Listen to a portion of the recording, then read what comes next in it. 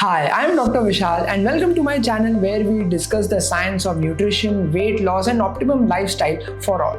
So in today's day and time, it is very common for the patient to tell the doctor what type of medicine or supplements they want. A very good example is digestive issues or gut health related problems. So in today's video, I want to explain that there are many things you can do just by modifying your diet and making the right choices of food to fix your gut health issues. You can save a lot of time and your hard-earned money on unnecessary supplements and medication. Now, before we start understanding what food should we eat, we need to have some basic idea of how our digestive system works and what are the symptoms of poor gut health. When you eat your food, the process of digestion starts in your mouth itself, where it is broken down into small particles. Then you swallow the food. It reaches your stomach where there is acid. It breaks down all the food that you eat into its basic components of carbohydrates, proteins, fats, various minerals like iron and calcium and so on. Once they are broken down into its basic elements, it is absorbed by the bloodstream and it goes into various body organs to provide energy and do other functions. Interestingly, our gut is also called as our second brain. This is because there are many microorganisms or bacteria present in our digestive system, especially in the large intestine, which secrete various neurohormones which affect the brain and create a connection between gut and brain. I especially love this topic and I have made many videos on it on the channel. Feel free to explore after this video. This connection is called gut-brain axis or gut-brain connection. Hence, our gut health and the food that we eat also has a strong impact on our moods and feelings. Your gut or your digestive system also has the largest concentration of immunity providing cells. It is your first checkpoint for everything that enters your body. So a healthy gut also means that your immunity will be very strong. What are the symptoms of unhealthy gut? There are some common symptoms like bloating or gas, irregular bowel movements. A normal bowel movement should happen at least once in 2 or 3 days. Mind you, it is not necessary to have daily bowel movements, but once in 2-3 days is also adequate. A lot depends on the kind of food that you eat, which we will discuss very soon. If you are having burning sensation in the chest, which could be due to acidity, many unrelated symptoms like inability to sleep, feeling anxious, feeling sad can also be related to your digestive health. Some common examples are irritable bowel syndrome, which means your intestines are hypersensitive to certain food items like gluten, which if you eat knowingly or unknowingly, you will immediately have to go to the washroom. Another very common example is lactose intolerance, which means that if you drink milk products, then you will immediately need to go to the washroom. First step which you can take on your own level is to modify your diet. If you don't see sufficient relief even after modifying your diet, then you should go to your doctor for further investigation and treatment. So what are some common Indian food items commonly found in the kitchen which can help you maintain good gut health? First on the list is fermented foods. Fermented foods means food which is created by fermentation from yeast bacteria. Fermented food is specially beneficial for the bacteria which is there in our intestine. And if this bacteria is healthy, we have multiple health benefits like we discussed earlier.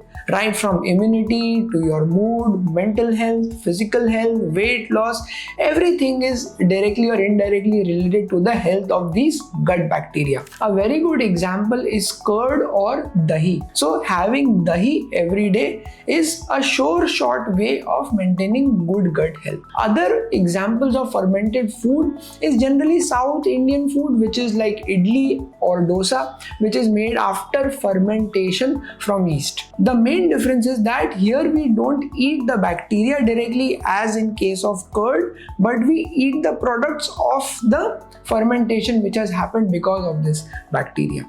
So there is slight difference, but both of them are beneficial for the gut microbiome or the healthy gut bacteria that we want to target. Number 2 is food rich in fiber.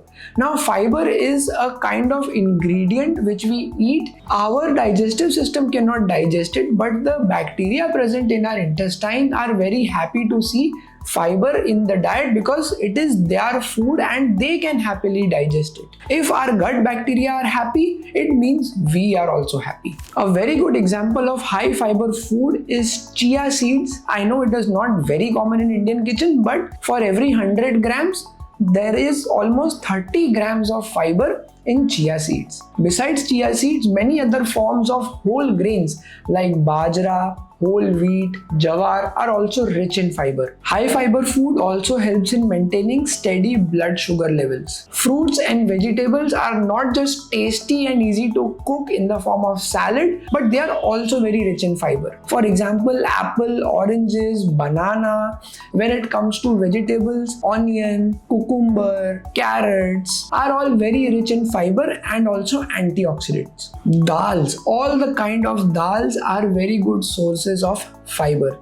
An average person needs roughly 25 grams of fiber every day. Third, and my favorite food item in the list, are spices. We Indians are blessed with tasty spices which also have health benefits. Turmeric, ginger, asafoetida or hing are very good examples of spices which not just add rich flavor to the food but also help in maintaining gut health. Knowingly or unknowingly, they have been part of our traditional diet since many years, and the best thing is that there is no fear of overdose of any of these things, unlike medicines which have to be taken in a fixed dose for a fixed duration. Next category is food which is rich in protein. Our Indian diet has very less amount of protein traditionally, and the quality of protein is also not very good. Some common examples of high protein rich food are eggs. Eggs are my favorite. They have the highest amount of bioavailability. It means that if you eat 100 grams of egg, then all 100 grams will be absorbed.